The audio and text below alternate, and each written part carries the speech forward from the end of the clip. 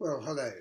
This conversation that we're talking about originated in Venice in 2019 at the AESOP conference, where I contributed a short reflection to the workshop on North-South dialogue.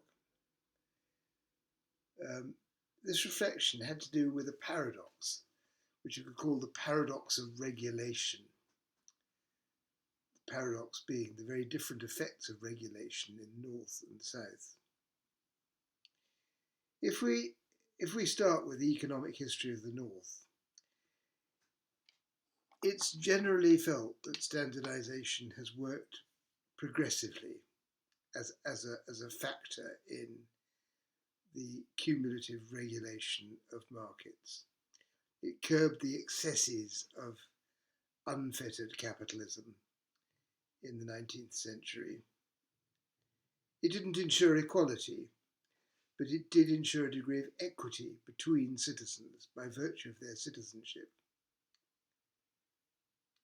And so from the 19th century, from the very earliest public health regulation, which controlled ventilation and building materials, through to the elaborate regulatory apparatus of the post-war welfare state, we can see that the effect of standards was consistently to offset market inequalities. And in terms of the experience of citizens, its effect was inclusionary. It brought them up to a common level, a common basic minimum, by virtue of their citizenship. And that was why, in the late 20th century, neoliberalism made such a priority out of deregulation. Now, in the South, and here's the paradox, we see a very different history.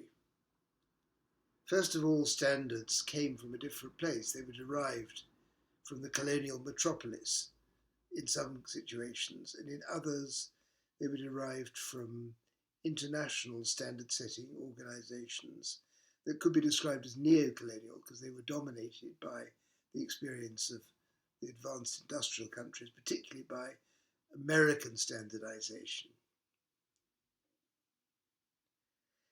So many standards that have been developed in the modern South are unattainable to the mass of the population.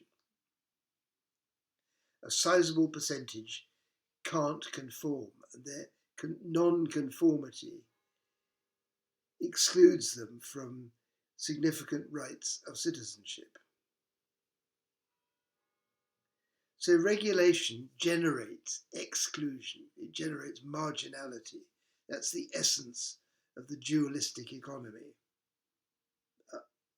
of the dichotomy between a formal sector with its acceptance of the apparatus of regulation, which is incorporated into the market, and the unregulated informal sector, in which 50%, 60%, 70% of the population have to survive. So that's the paradox. And of course, it's a caricature.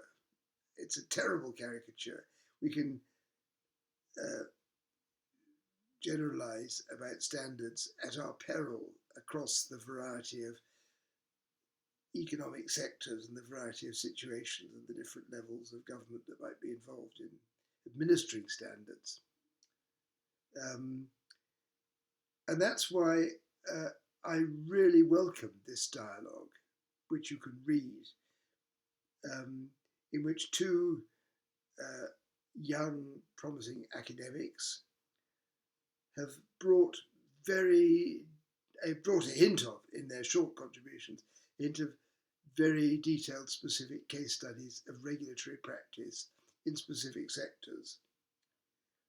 Aurora Echeverria on the impacts of street standards, such as visibility displays, design speeds, etc., etc., etc., on the many uses of the street other than the vehicles which might be happening to drive down from A to B and passing through the space.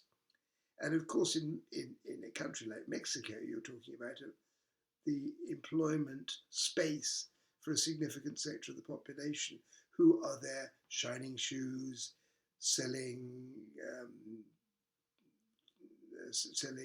street food, um,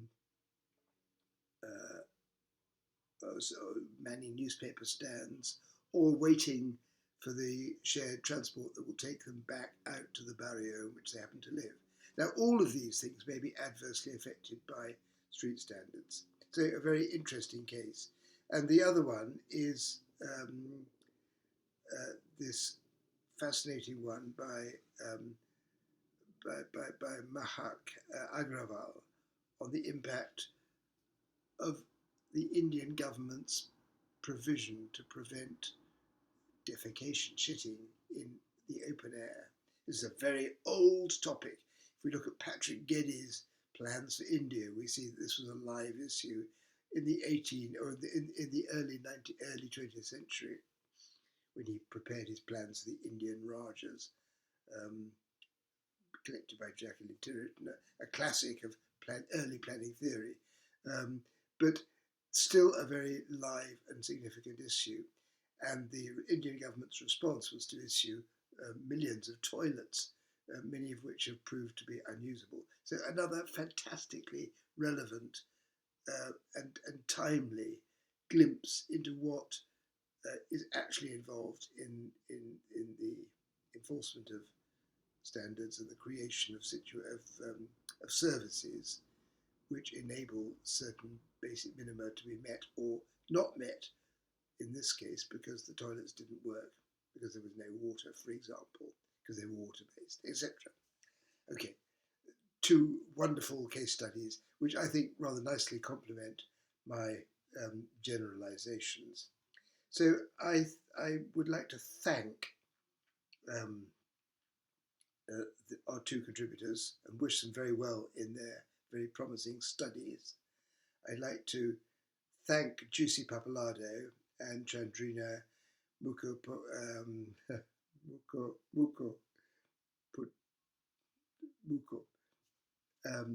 for so expertly steering this dialogue and for the beautiful production that's resulted from it.